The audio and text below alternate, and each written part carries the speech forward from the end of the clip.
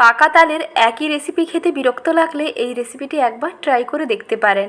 খেতে দেখবেন দারুণ লাগবে। একেবারে মাখনের মতো নরম এবং অসম্ভব সুস্বাদু নরম তুলতুলে রসালো পাকা তালের মালপোয়া। নমস্কার বন্ধুরা, আমি সাথী। আমার কিচেনের আবারও এক নতুন রেসিপিতে আজকে শেয়ার করব পাকা তালের মালপোয়ার সহজ রেসিপি। কি করে এই নরম তুলতুলে মাখনের মতন মালপোয়াগুলো তৈরি করবেন যা মুখে দিলে মিলিয়ে যাবে, তার একটি সহজ রেসিপি। আসুন আজকে দেখে নিন। আর এইভাবে বাড়িতে একবার তৈরি করে ফেলুন। পাকা তাল থাকতে থাকতেই তৈরি করে ফেলুন, নাহলে কিন্তু ভীষণ আফসোস করবেন। তাই প্রথমে এখানে নিয়ে নিয়েছি দেখুন বর্ষাকালের সেরা পাকা তাল। আর খুব সহজে পাকা তাল থেকে মাঠটা কী করে তৈরি করবেন এবং সংরক্ষণ করবেন তার সহজ একটি রেসিপি আমার চ্যানেলে দেওয়া আছে, এবং তালের বিভিন্ন ধরনের পিঠে রেসিপিও চ্যানেলে দেওয়া আছে। ওখান থেকে দেখে নেবেন, খুব সহজেই বুঝতে পেরে যাবেন।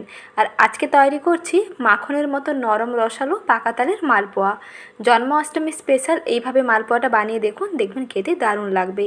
প্রথমে তালের খোসা ছাড়িয়ে নিলাম, মুখের কাছে শক্ত অংশটা কেটে বাদ দিয়ে তারপরে 3টি বীজকে সম্পূর্ণ আলাদা করে নিলাম।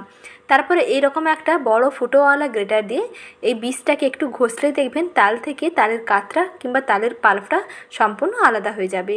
এইভাবেই সহজেই জল ছাড়া তালের পাল্পটা রেডি করে নিলে আপনারা নর্মাল ফ্রিজের মধ্যে দেখবেন রেখে 1 সপ্তাহ পর্যন্ত সংরক্ষণ করে খেতে পারবেন। যখনই পিঠে বানাতে ইচ্ছে করবে এই রকম তালের পাল্প দিয়ে পিঠে তৈরি করতে পারবেন। এখন দেখুন তালের পাল্পটা রেডি করে নিয়েছি, আর এদিকে মালপোয়ার জন্য একটা ব্যাটার রেডি করে নিচ্ছি। তার জন্য একটি বড় পাত্রে নিয়ে নিচ্ছি প্রথমে 1 কাপ ময়দা। আর যেই কাপের মাপ করে ময়দাটা নিলাম সেই কাপের হাফ কাপ দেবো সুজি। আপনারা এটা স্টিলের বাটি মাপ করেও নিতে পারেন কিংবা চায়ের কাপ মেপেও নিতে পারেন। যেই কাপের মাপ করে ময়দা দেবেন সেই কাপের হাফ কাপ দেবেন সুজি, আর দেবেন সেই কাপের হাফ কাপের একটু বেশি থাকবে তালের পাল্প। এই মিশ্রণটা দেখবেন তালের পাল্প দিয়ে বেশিটা মাখানো হয়ে যাবে, জলটা অল্প অল্প করে দিয়ে মাখবেন। প্রথমে তালের পাল্প দিয়ে দিলাম, তারপরে দেখুন এখানে দিয়ে দিচ্ছি অল্প একটু চিনি। যেহেতু এটা মালপোয়া তৈরি করবো তাই চিনির পরিমাণটা একটু কম দিতে হবে। আর 1 চিমটে লবণ এখানে দিয়ে দিচ্ছি।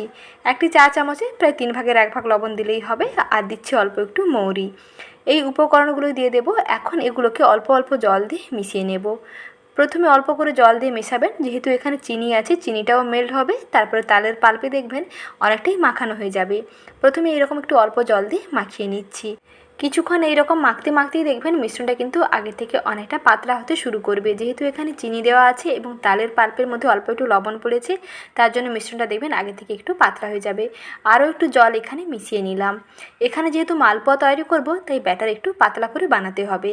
আর যদি এখানে আপনারা তাল ফুলুরি কিংবা তালের বড়া বানাতেন তাহলে প্রসেসটা একেবারে একই থাকতো, উপকরণগুলো একই লাগবে, শুধু মিশ্রণটা এরকম দেখুন ঘন হবে। এই পর্যায়ে মিশ্রণ থেকে অল্প অল্প ব্যাটার নিয়ে তেলের মধ্যে দিয়ে দেবেন, দেখবেন খুব সুন্দর ফুলকো নরম তাল ফুলুরি তৈরি হয়ে যাবে। আর যেহেতু আজকে এখানে মালপোয়া বানাবো তার জন্য মিশ্রণটার মধ্যে দেখুন আরও একটু জল অ্যাড করে দিলাম। কিছুক্ষণ মিশিয়ে নিচ্ছি। কিছুক্ষণ এরকম ফেটিয়ে নিতে হবে। তারপরে দেখবেন এই সুজিটা একটু ফুলে যাবে এবং জলটা একটু টেনে যাবে। তার জন্য 10 মিনিটের জন্য একটু ঢাকনা দিয়ে ঢেকে রেখে দিতে হবে। তারপরে অল্প একটু সামান্য দুধ কিংবা সামান্য একটু জল মিশিয়ে নিলেই ব্যাটার একেবারে রেডি হয়ে যাবে। ব্যাটারের ঘনত্বটা দেখিয়ে দিচ্ছি, দেখুন বন্ধুরা ঘনত্বটা এই রকম হবে। এর থেকে কিন্তু বেশি আর পাতলা করবেন না। আবার এর থেকে বেশি ঘন হলে কিন্তু মালপোয়াগুলো ফুলকোও হবে না, আবার বেশি নরমও হবে না, শক্ত হয়ে যাবে। তাই এই রকম পাতলা করে একটু ব্যাটারটা তৈরি করতে হবে। মালপোয়ার ব্যাটার একেবারে রেডি। একটি স্প্যাচুলা দিয়ে উপর দিকে তুলে ধরবেন, যখন দেখবেন এরকম ফিতের মতন পড়তে থাকবে তাহলেই বুঝতে পারবেন যে মালপোয়ার ব্যাটার একেবারে রেডি। এখন এইরকম একটা হাতা লাগবে, এইরকম একটা হাতা থেকে 1 হাতা করে ব্যাটার নিয়ে তেলের মধ্যে ভেজে নেবেন। আর যখনই ব্যাটার নেবেন তখন ওপর নিচে করে গুলিয়ে রাখবেন, সবসময় গুলিয়ে নিয়ে তারপরে ব্যাটারটা নেবেন, তাহলে ব্যাটারের ঘনত্ব সব জায়গায় সমান থাকবে। ব্যাটার একেবারে রেডি। এখন এগুলোকে ডুবো তেলের মধ্যে ভেজে নিতে হবে। আর সেদিকে পর্যাপ্ত পরিমাণে সাদা তেল গরম করতে বসিয়ে রেখেছি।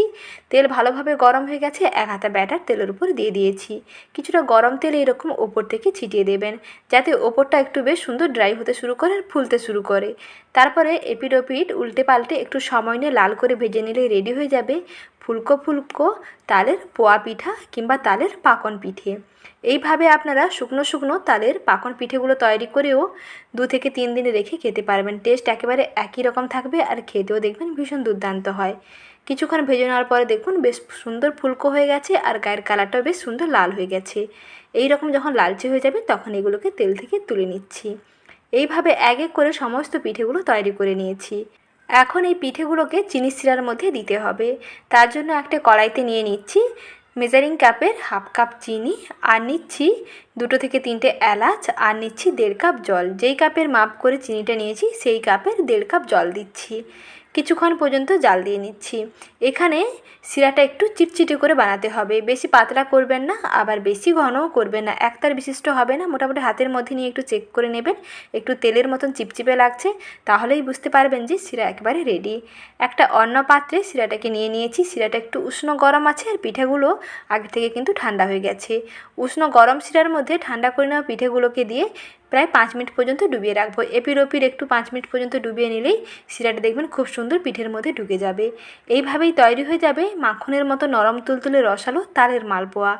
জন্মাষ্টমী স্পেশাল এই রকম তালের মালপোয়াগুলো বাড়িতে একবার তৈরি করে দেখুন, খেতে দেখবেন দারুণ লাগবে। একবার খেলে এর ভক্ত হয়ে যাবেন, আর যাকে খাওয়াবেন আপনার প্রশংসা করতেই থাকবে, কারণ এতটাই টেস্টি হয়।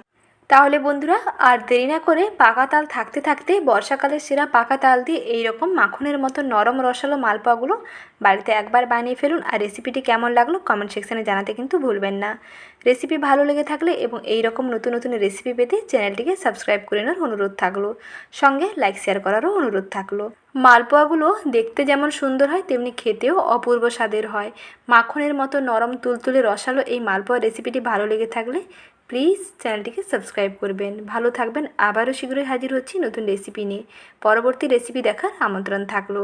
আর এতক্ষণ রেসিপি দেখার জন্য জানাই ধন্যবাদ।